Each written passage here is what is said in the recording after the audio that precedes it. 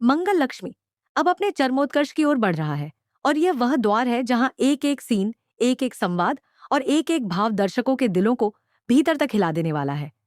यह सिर्फ मनोरंजन नहीं रह गया, यह बन गया है एक ऐसा सामाजिक दस्तावेज जो हर स्त्री, हर पुरुष, हर परिवार और हर रिश्ते की परतों को एक एक करके खोलता है।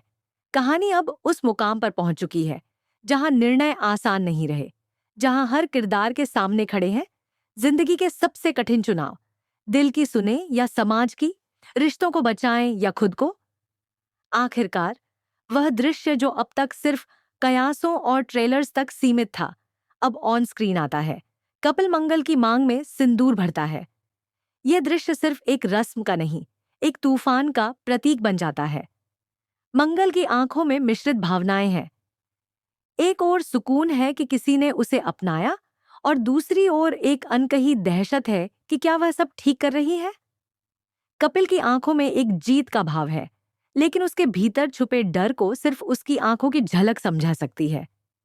आदित्य की आंखों से बहता आंसू सिर्फ एक टूटी मोहब्बत का नहीं, बल्कि उसकी असहायता, उसका अकेलापन और उसकी असफलता का आईना बन जाता है। उस एक पल में जैसे पूरी कहानी स्थिर हो जाती है, लेकिन यहीं से शुरू होती है नई कहानी। शादी के बाद मंगल की जिंदगी में वह सपनों जैसा सुकून नहीं आता जिसकी वह कल्पना कर रही थी।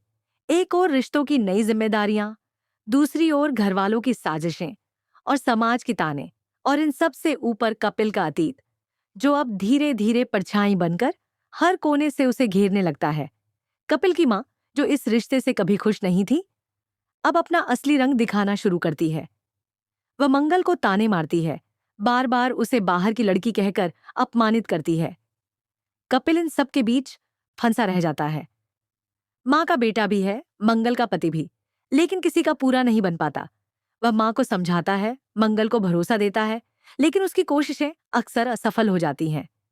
इसी बीच कपिल के जीवन से जुड़ा एक पुराना राज सामने आता है। उसके और एक महिला, नैना के बीच एक अधूरा रिश्ता। नैना की अचानक वापसी मंगल की जिंदगी में भूचाल ला देती है। नैना खुद को कपिल की पहली मोहब्बत बताती है और दावा करती है कि उसने कपिल के साथ जिंदगी के कई वादे किए थे जिन्हें अधूरा छोड़ दिया गया।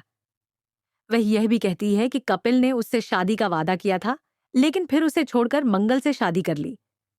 मंगल का दिल टूटता है, उसकी आत्मा तक घायल हो जाती है। वह सवाल करती है, क्या वह सिर्फ एक विकल्प थी? क्या कपिल ने उसे सिर्फ इसलिए अपनाया क्योंकि नैना चली गई थी? क्या वह फिर से एक धोखे का शिकार बन गई है?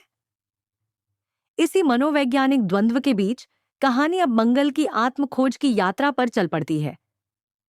वह खुद से पूछती है, मैं कौन हूं? क्या मेरी पहचान सिर्फ किसी की बहन, किसी की पत्नी, किसी की बहू भर है, या मैं खुद भी एक इंसान हूं जिसका अस्तित्व मायने रखता है? लक्ष्मी, जो अब तक हर मोड़ पर मंगल के साथ थी, इस बार खुद एक संकट से गुजर रही है। उसके अपने ससुराल में विवाद है, पति से मनमुटाव है, और अब बहन के पक्ष में खड़े होने पर उसे ताने मिलते हैं। वह टॉर्न है, एक बहन की भूमिका में या एक पत्नी की जिम्मेदारी में। इस जटिल दौर में आदित्य एक बार फिर चुपचाप सामने आता है, न शिकायत करने, न वापस पाने की उम्मीद में, बल्कि सिर्फ यह देखने के लिए कि क्या मंगल ठीक है। वह उसके लिए एक दोस्त, एक छाया बन जाता है, बिना कोई दावा किए, बिना कोई दबाव डाले। इसी समय एक नया किरदार शो में प्रवेश करता है, कपिल का चचेरा भाई विवेक, जो घर लौटता है विदेश से। विवेक एक तेज तर्रार लेकिन समझदार और सहानुभूति रखने वाला इंसान है। उसे घर का माहौल देखकर हैरानी होती है और वह कपिल से सवाल करता है कि आखिर यह सब क्यों हो रहा है। विवेक धीरे धीरे मंगल के पक्ष में खड़ा होने लगता है और यही बात कपिल को असहज कर देती है। कहानी अब धीरे धीरे एक सामाजिक क्रांति की दिशा में बढ़ रही है। मंगल, जो अब तक चुप थी, पहली बार अपनी आवाज उठाती है, अपने हक के लिए, अपने सम्मान के लिए और उन सभी औरतों के लिए जो चुपचाप सहती आई हैं। वह घर के सामने खड़ी होती है और कहती है, अगर इस घर में मुझे सिर्फ इसलिए सहा जा रहा है क्योंकि मैं कपिल की पत्नी हूं, तो मैं खुद को इस रिश्ते से मुक्त करती हूं। मैं अब किसी की छाया बनकर नहीं, अपनी रोशनी बनकर जीना चाहती हूं। यह संवाद पूरे घर में सन्नाटा भर देता है। शो अब एक नए अध्याय में प्रवेश करता है